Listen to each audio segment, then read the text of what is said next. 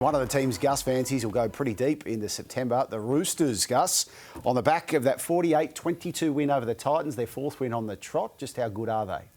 Yeah, well, over the last 6 weeks, I've watched the Roosters play, and I've come to the conclusion that maybe they're just having us on.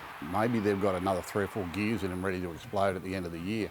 Quite honestly, I said that last week, Gus. This is the most dangerous football team in the competition, and they've got so many points in them.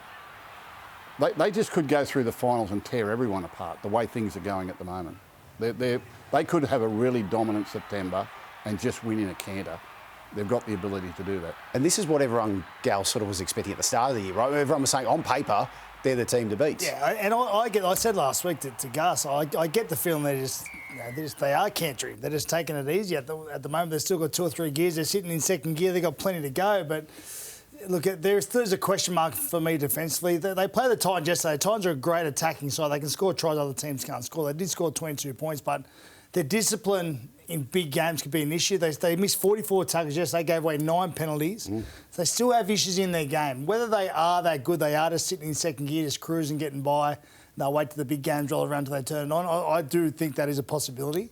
And I do think their coach is that good. He could have them in that mindset that they'll just turn it on come semi-final time. But, yeah, there's just still that question mark for me. They just haven't been that ruthless side that you need to be to win a premiership. But talent-wise, they've got it all over the park, everywhere. And they've got some... their halfback is playing as good as I've ever seen.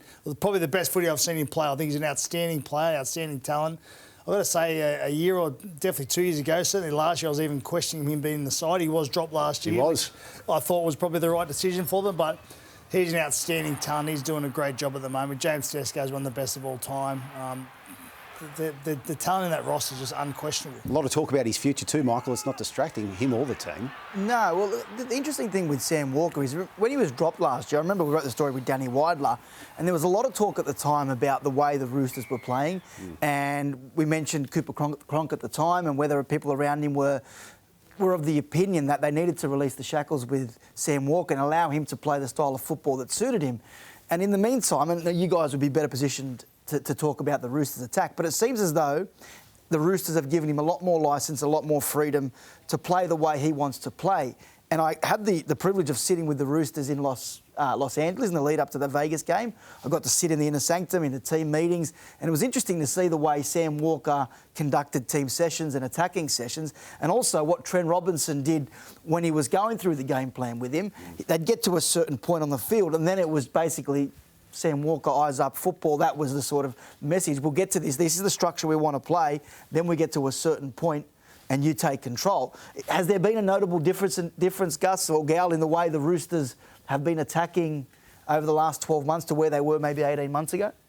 Well, certainly a few years ago. But that's the evolution of Sam Walker. I mean, Sam Walker couldn't have been running a football team and playing this sort of football 2 years ago. He was impatient, and it was the right thing to drop him, and it was the right thing to cool his heels a little bit.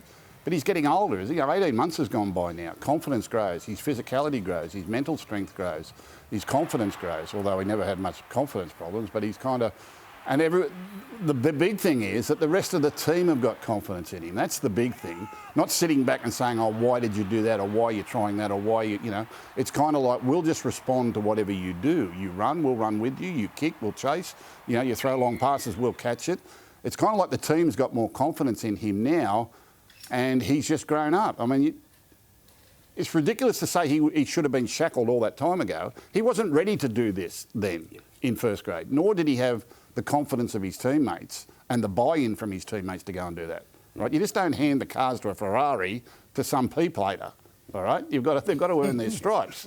He's off his P's now. He's got a full licence. He's still only 21 or 22 years of age, so he's got plenty of time. Bracey had a Ferrari when he was on plates, but, you know. I agree. I think it's just the evolution of him. He's growing up, turned into a... Look, he was always a first grader. He's always going to be a first grader. But when you play first grade week in, week out, you get used to it. Get used to how hard it is and what you got to do. And he's just evolved as that player. So what is this Sam Walker worth then? Because there's talk that the Roosters are around that 900 to $1 million. Well, he's $1 million player. Yeah, but how do you go much more for him? Like, obviously a few... I don't know. You're going to have to. Salary cap situation, but I mean, at the end of the day, you can't be playing. What's he want? 1.5 No, $2 there's talk around that he wants to be one of the highest paid players. Not he personally, but the people around him are suggesting he should be one of the highest paid players in the game. Now, at $1 million, that doesn't make him one of the highest paid players in the game. At 1.3, 1.4, that's a different Well, question. The other thing you got to remember, we played in the salary cap, the time of the salary cap. So if you're going to go and get 1.5, 1.6, 1.7 million dollars, you're taking a lot of money away from other players. Now, how much does success mean to you? That's the thing. I can tell you the greatest thing I ever did in rugby league is win a premiership. And I always stayed there for less money. So I think if he wants to win a premiership, you might have to take a little bit less. If you want to go and earn the big dollars, They might win it. They might win it this year. He might have ticked that box. They could well. That's a good point. But I just think to win premierships, to be in a successful side and be happy week in, week out playing good football and winning games is the best. Well, if they go on to win a premiership, his value is going to skyrocket. Oh, yeah. But he can go elsewhere. He might go elsewhere and chase the cash. You know. Gus, no JWH for 3 to 4 weeks. Yeah. That hurts. They don't like him, the judiciary, do Oh, he doesn't help himself. they don't like him.